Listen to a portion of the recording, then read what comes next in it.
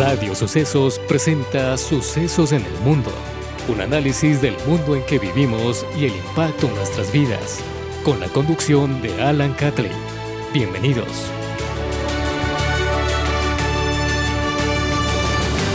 Buenos días.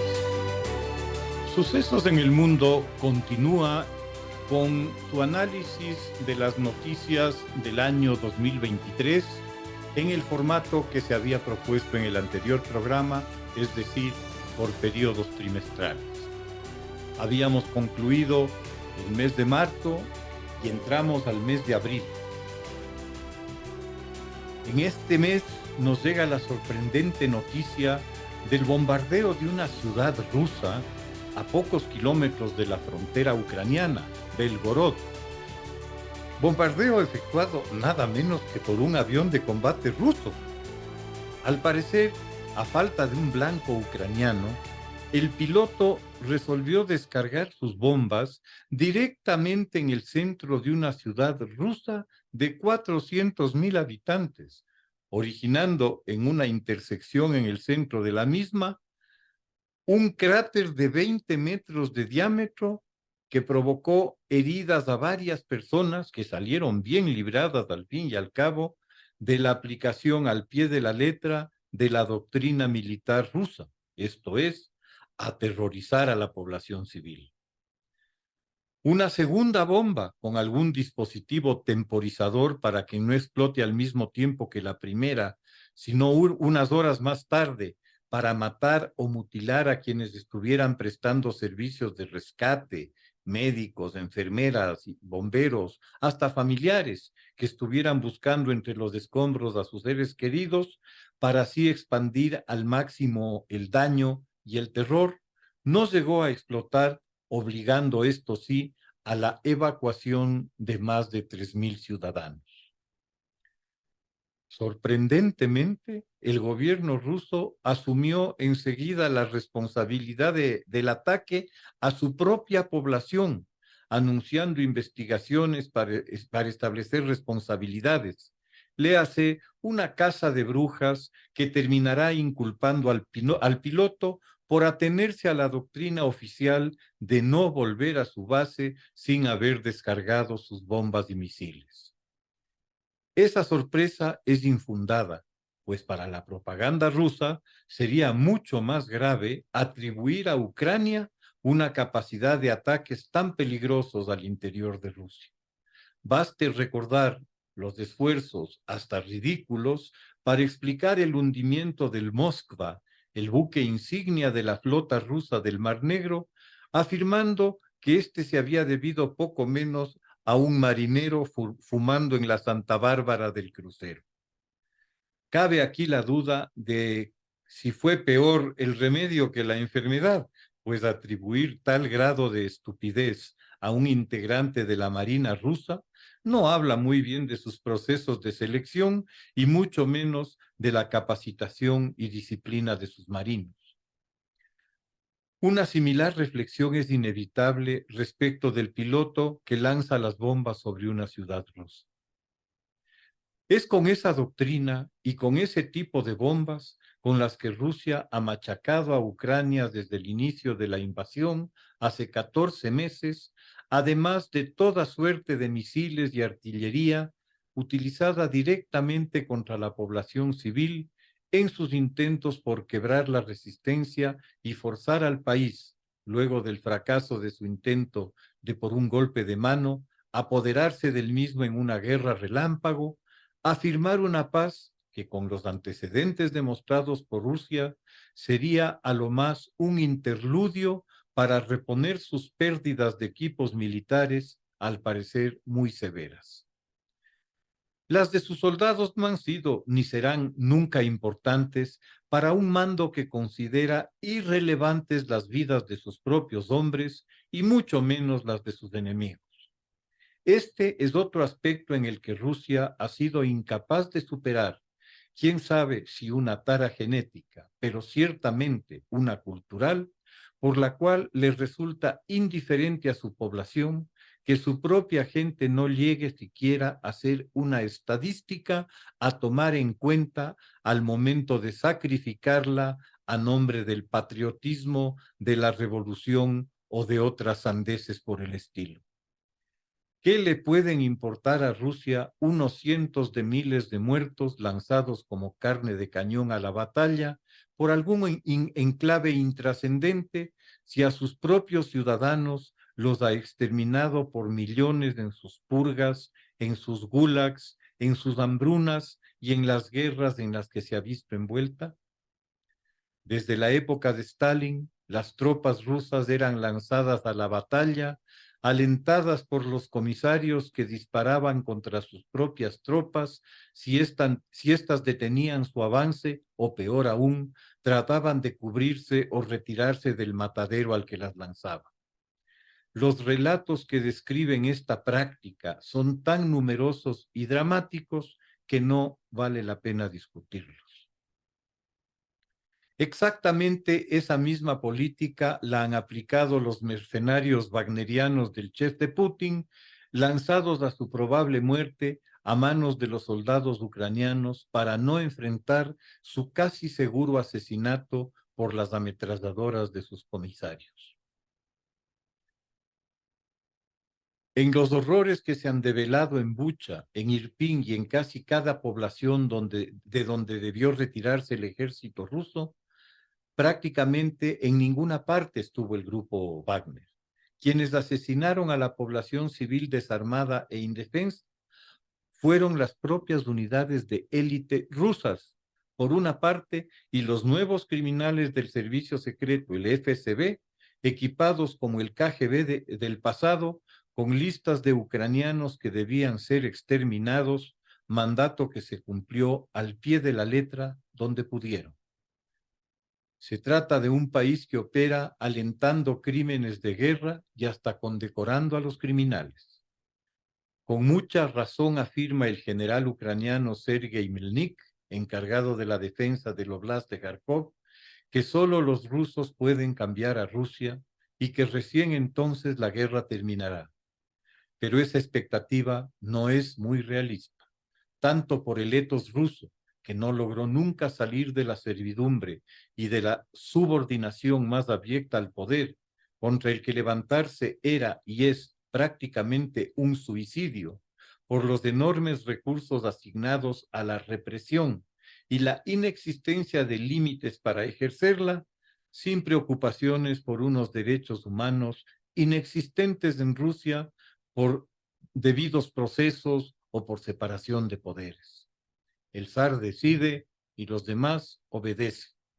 Así han funcionado las cosas por 600 años y nada hace suponer que cambiarán ni en el corto ni el mediano plazo.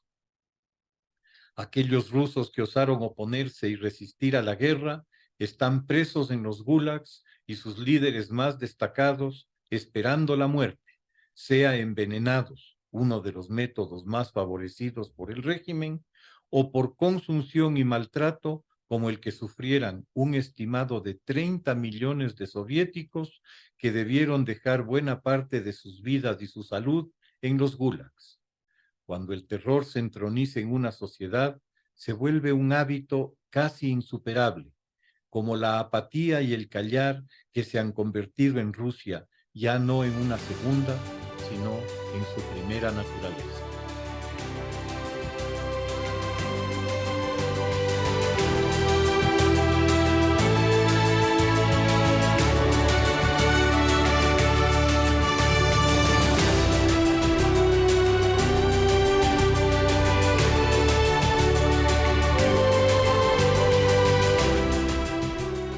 El mes de mayo nos trae una circunstancia que se produce en el vecino país de Colombia. La incontinencia verbal suele ser entre los demagogos y los populistas origen y causa de más de un problema, de complicaciones y conflictos innecesarios, evitables con una mínima dosis de cordura y de moderación. Ya en la Grecia clásica se había identificado a los demagogos como el principal riesgo para las incipientes democracias, tan grave como el de los sofistas para la filosofía.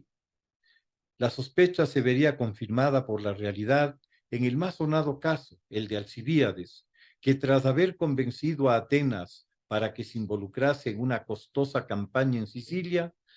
que culminó en un desastre del que Atenas jamás pudo recuperarse, habiendo sido llamado a juicio para responder por las acusaciones que por sacrilegio pesaban sobre él, deserta y pide ser acogido por el principal enemigo de su ciudad, Esparta. Roma también tendrá sus demagogos, como se revela en uno de los famosos discursos de Cicerón, donde desnuda las falacias y las mentiras de Catilina. Inspirado en tal nombre, Juan Montalvo, a 2000 años de distancia, escribirá sus Catilinarias, los durísimos comentarios y críticas a los tiranos de turno en el país. Aristóteles debe haber tenido en mente a los demagogos de su época cuando acuñó la sabia sentencia de que el hombre es dueño de su silencio y esclavo de sus palabras, que define con absoluta precisión la importancia del saber callar y de medir con cuidado lo que se quiere y no se quiere decir. Aprender a cerrar la boca a tiempo es sin duda uno de los más difíciles artes en la política, campo en el que su aplicación alcanza el nivel de un imperativo categórico. El siglo pasado vería en acción a una multiplicidad de demagogos en la región y en el mundo, con las trágicas y devastadoras consecuencias que produjeron en sus pueblos. Tecnologías de comunicación revolucionarias para la época, como la radio, dieron a estos encantadores de serpientes acceso directo e inmediato a millones de personas, trascendiendo el ágora o la plaza pública, nunca desdeñadas por otra parte, por el impacto sensorial de la multitud que respondía al atávico llamado de la tribu, del nosotros contra ellos. En ninguna parte se alcanzaron los niveles de perfección en la manipulación de estos mecanismos de identidad, como en la Alemania nazi, donde se los llevó casi a un nivel artístico, como lo muestra la directora Leni Riefenstahl en su película El triunfo de la voluntad. América Latina será terreno fértil en su larga tradición de caudillos para el florecimiento de toda suerte de demagogos, más o menos ilustrados. Entre los primeros destaca el doctor José María Velasco Ibarra, dueño de un verbo extraordinario y de una milagrosa capacidad de conectar con su público. Dadme un balcón en cada pueblo y seré presidente de la República, fue el lema de sus campañas, y sería su facilidad y prodigalidad de palabra la que le originaría durante sus 5 presidencias, de las que tan solo una pudo concluir, infinidad de enemigos que buscarían siempre su caída. En Argentina, el general Perón, admirador del Duce de Benito Mussolini, es también un orador destacado, pero que palidece ante su esposa Eva Duarte, cuyo histrionismo, que de poco le había servido en su juventud como actriz, se puso de manifiesto delante del micrófono en sus encendidas arengas políticas. Resulta sorprendente la persistencia del recuerdo de Evita en un imaginario popular tan lejano, aún constatando el desastre que estas políticas le han traído a su país.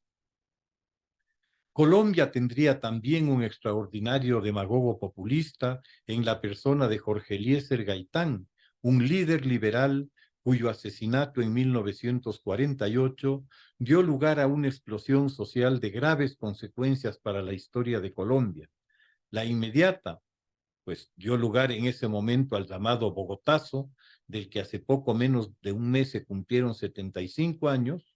una violenta revuelta que se saldó con cerca de 3.000 muertos y la destrucción de edificios públicos y de la posterior historia del país que persistirá en violencia e insurgencia armada por muchos años hasta el presente.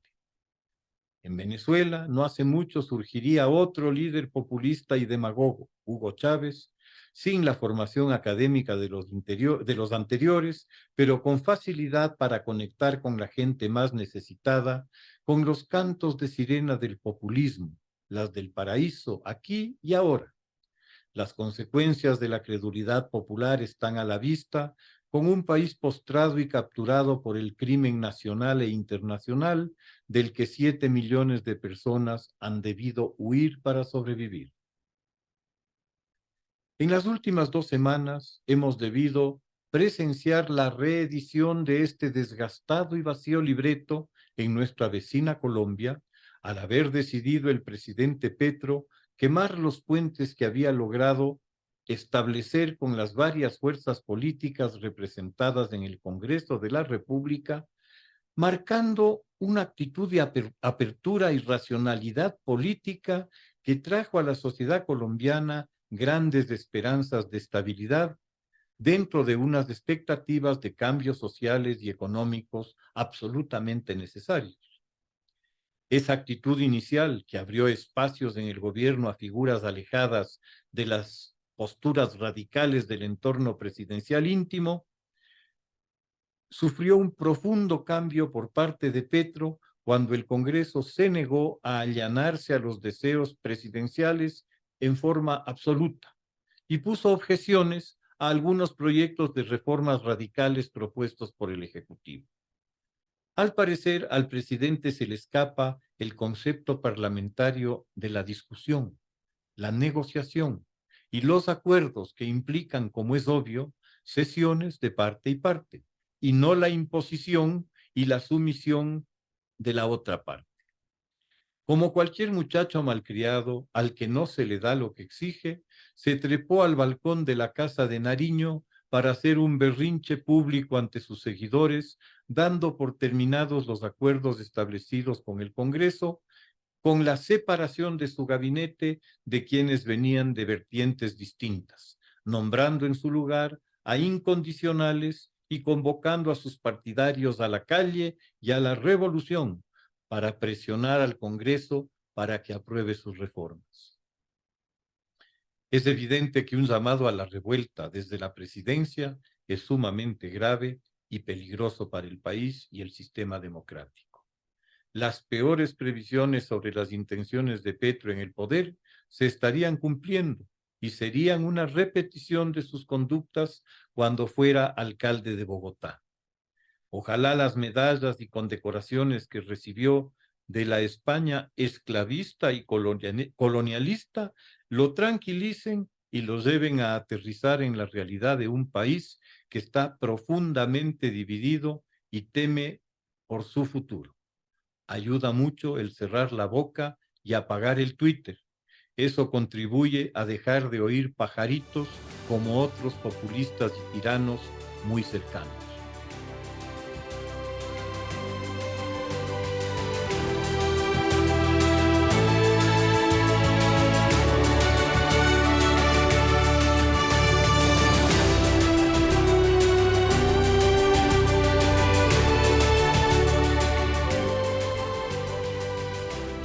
El mes de junio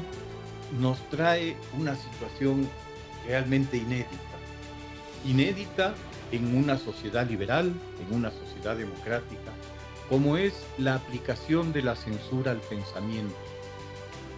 La historia humana muestra los constantes intentos de diversos grupos de poder para imponer sus cosmovisiones. Esta práctica en un lejano pasado habrá tenido tal vez un valor evolutivo para la sociedad, dándole un sentido de pertenencia y de cohesión ante sus competidores, sea por territorios o recursos. Los simbolismos que estos grupos crean, de los que la mejor referencia actual serían los hinchas de clubes deportivos, cuyos colores distintivos pueden transformar a ciudadanos normales y corrientes en salvajes primitivos de alguna ancestral tribu de cazadores de cabezas.